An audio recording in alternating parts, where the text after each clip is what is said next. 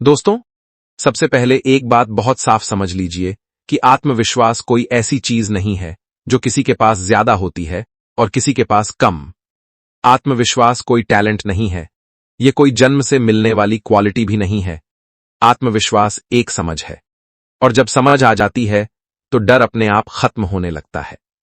हम अक्सर सोचते हैं कि कॉन्फिडेंट लोग अलग होते हैं, उन्हें डर नहीं लगता, वे कभी घबराते नहीं हैं। लेकिन सच्चाई यह है कि डर सबको लगता है। फर्क सिर्फ इतना है कि कुछ लोग डर को अपनी जिंदगी कंट्रोल करने देते हैं और कुछ लोग डर के बावजूद कदम उठाते हैं। आत्मविश्वास इसी का नाम है। असल में आत्मविश्वास की कमी की जड़ कहीं बाहर नहीं, हमारे अपने दिमाग में होती है। बचपन से हमें सिखाया गया कि दूसरों से बेहतर बनो, दूसरों से आगे निकलो, नंबर लाओ, रैंक लाओ, और धीरे धीरे हम अपनी वैल्यू दूसरों से तुलना करके तय करने लगते हैं। जब कोई हमसे आगे निकल जाता है तो हमें लगता है हम कम हैं, और जब कोई पीछे रह जाता है तो हमें थोड़ी देर अच्छा लगता है। लेकिन यह खुशी टिकती नहीं है। जब तक आपकी वैल्यू किसी और से जुड़ी रहेगी, तब तक आत्मविश्वास कभी स्थायी नहीं हो सकता। हम यह मान लेते हैं कि आत्मविश्वास मतलब परफेक्ट होना, गलती न करना, हर सवाल का जवाब पता होना। लेकिन यह सबसे बड़ा भ्रम है। जो इंसान सीख रहा है वही गलती करेगा, और जो गलती कर रहा है वही आगे बढ़ रहा है। डर तब पैदा होता है जब हम खुद से कहते हैं कि अगर मैं फेल हो गया तो क्या होगा, लोग क्या कहेंगे, मेरी इमेज खराब हो जाएगी। लेकिन जरा सोचिए, जिन लोगों से आप डर रहे हैं, क्या वे लोग आपकी जिंदगी जी रहे हैं? नहीं। आपकी जिंदगी आप जी रहे हैं, तो फिर दूसरों की राय को इतनी ताकत क्यों देनी?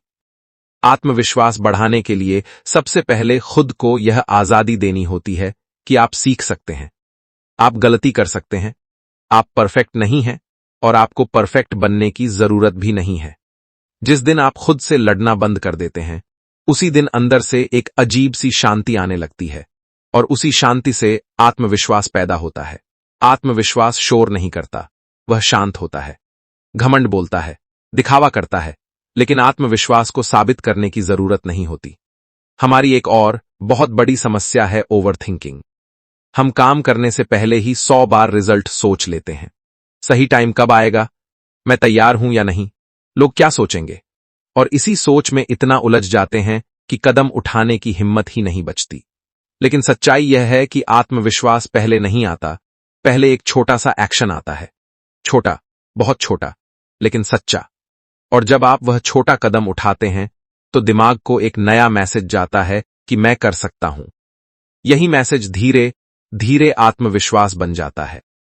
हम अपने आप से कैसे बात करते हैं, यह भी बहुत बड़ा फर्क डालता है।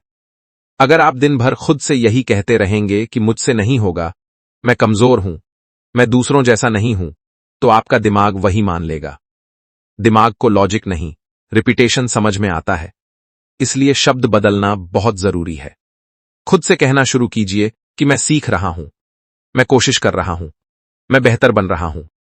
भले ही शुरुआत में यह झूठ लगे, लेकिन धीरे धीरे यही आपकी नई सच्चाई बन जाएगी।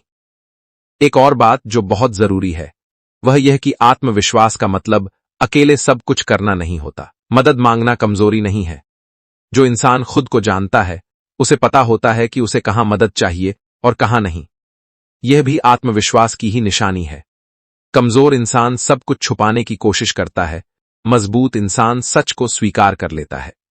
आखिर में बस यही समझ लीजिए कि आत्मविश्वास बाहर से नहीं आता, यह अंदर से पैदा होता है, और अंदर तब पैदा होता है जब आप खुद को जैसा हैं वैसा स्वीकार कर लेते हैं। आपको किसी और जैसा बनने की जरूरत नहीं है। आप जैसे हैं वहीं से शुरुआत करनी है। जिस दिन आपने खुद पर भरोसा करना सीख लिया, उस दिन आपको दुनिया से कॉन्फिडेंस मांगने की जरूरत नहीं पड़ेगी, क्योंकि आत्मविश्वास तब आपकी पहचान नहीं, आपकी आदत बन जाएगा।